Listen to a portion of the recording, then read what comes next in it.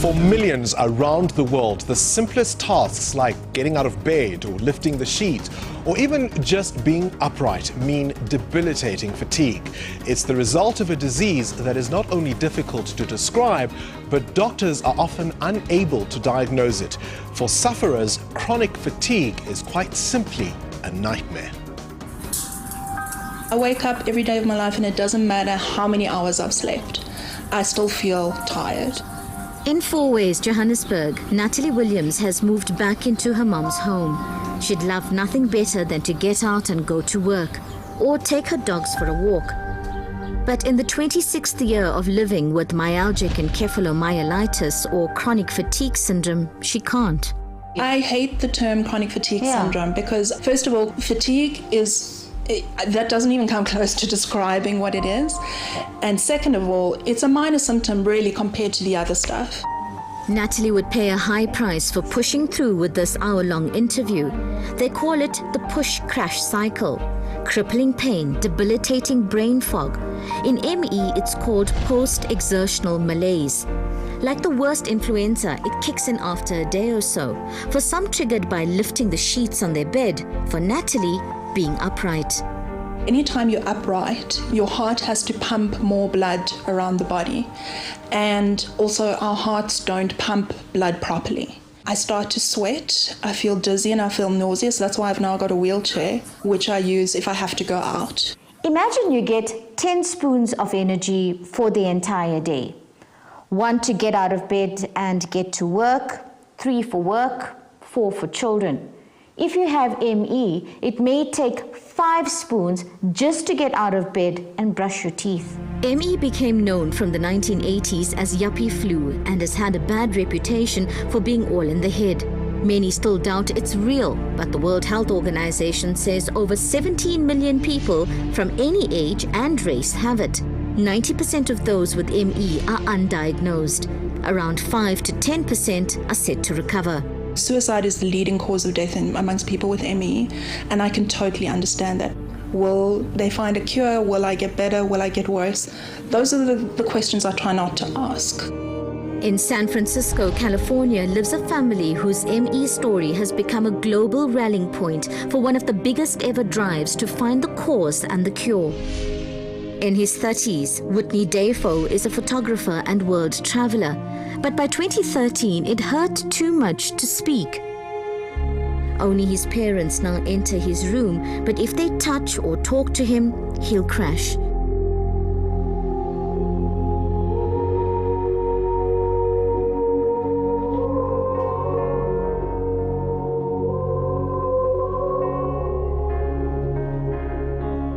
His father is Dr. Ron Davis.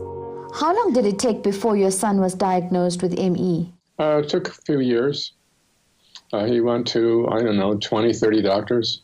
All of them said, there's nothing wrong with you. It's all in your head. Coincidentally, Ron Davis is a celebrated geneticist and professor of biochemistry at Stanford University who's been called one of the world's greatest living inventors. His biotech methods helped launch the field of genome mapping. But now he's changed professional gears, racing to find a cure in time to help his son. The difficulty with the disease is if you do sort of standard medical tests and you look for liver function and kidney function and so forth, the patients look pretty normal, although they can't do very much. It's only when you use sort of the latest technologies, the high-throughput sequencing, the gene expression studies. And when you do that, you see, oh my gosh, these people are very seriously ill. The lack of a defining biomarker and treatments have caused doctors to dismiss it as psychosomatic. Supplements that help some are not covered by medical aid. And then in 2011, the multi-million-pound UK PACE trial announced in the respected Lancet journal that exercise and psychotherapy were best for treating ME. UC Berkeley's Joint Public Health and Journalism Coordinator, Dr. David Tuller, investigated claims that you just have to go for a walk and think happy thoughts.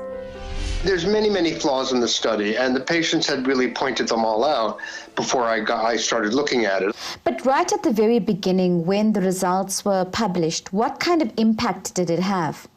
Well, it had a very big impact because these are very well-known psychiatrists, psychologists, other medical professionals. And so they had been basically promoting these two therapies for many years before they actually did the trial. Late last year, the PACE trial researchers were compelled to release their raw data after an Australian ME patient had submitted a Freedom of Information request in Britain. Turns out, the study had included fatigued people who may not have had the full extent of ME.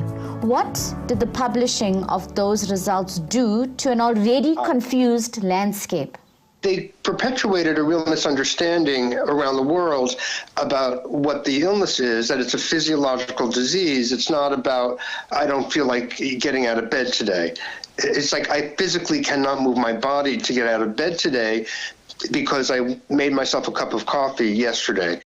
As debilitating and isolating as ME is, the internet has become a connector, linking those living with the disease. Patients and PACE trial researchers continue to cross swords, but the researchers defend their work and are expanding their inquiry into online psychotherapy in adolescents with ME. The patient community staged an on- and offline revolt as the PACE message took root in treatment guidelines around the world. Demanding funding for research, they organized global protests for everyone who's been missing from life due to ME. My brother is severely ill. Every day he lies in his bed fighting to stay alive while at the same time waiting for death. And we need the government to get involved and give us the funding that we need so that we can come up with a cure. She first started having symptoms in her late 20s, and she's now been in bed for 7 years. It's so hard to stand by and see our loved ones suffer. They spend more money in the States on researching male pattern baldness than they do on ME, and this is a disease that can be fatal. Natalie joined an online support group that was started by Joburg-based Rieta Vivier. The expanding group is a safe place to share baffling symptoms. It's a lonely illness. I mean, I speak to my dogs. That's my company. Comparing ME tiredness with healthy people's tiredness is like comparing a match to an atom bomb. There is no comparison. You will have flu symptoms, throat will be sore, your body will ache, your brain will be completely dead. A business graduate, Rieta spends her few spoons of energy in between sleeping to source credible information and funds to help patients made destitute by ME. It's like a cell phone battery that's defective, and you have to recharge it very often, and you can't use it while it's being charged. You know, you run out of funds because I had to stop working, and then you have to stop treatment. Rieta is fighting to break the stigma she faced when she lost everything. She's inviting doctors to engage with the foundation she started to learn about the latest science and asking the public to get involved with funding. It would be very sad for people to commit suicide now or to lose hope now, because never before has there been so much hope. Professor Ron Davis says that they have done more in 1 year than the past 30 years.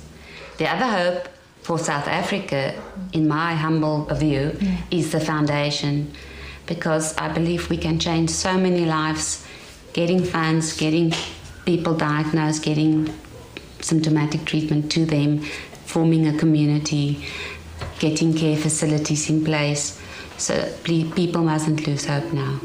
Symptoms that may signal ME include prolonged unrefreshing sleep, post-exertional malaise, cognitive impairment, literally losing words or numbers, insomnia, muscle and joint pain, frequent headaches, sore throat and lymph nodes, and intolerance to being upright, to light, sound, touch, and chemicals. There's a metabolic switch that happens when you are under extreme stress. It could be an insult like an auto accident, surgery, an infection. That causes your body to sort of hunker down and shut down. It's probably somewhat related to how animals can hibernate. Davis has teamed up with a group including 3 Nobel laureates to raise funds to fast-track the search for a cure. Open Medicine Foundation CEO Linda Tannenbaum's daughter has ME. For her, the collaboration of scientists that usually work for their own career advancement is the game changer. Typically, you wait for a paper to be published, and then whoever sees it, sees it. Instead, we're going to encourage people all over the world to look at the results. And I think that's really the top reason that open medicine has a lot of hope for people. We'll find a biomarker, I'm pretty convinced. A lot of people are looking for it. But unlike other researchers, your son is a daily reminder of why we need to move faster with the research. And also why you worry about every day, what have you done today to make it get us closer?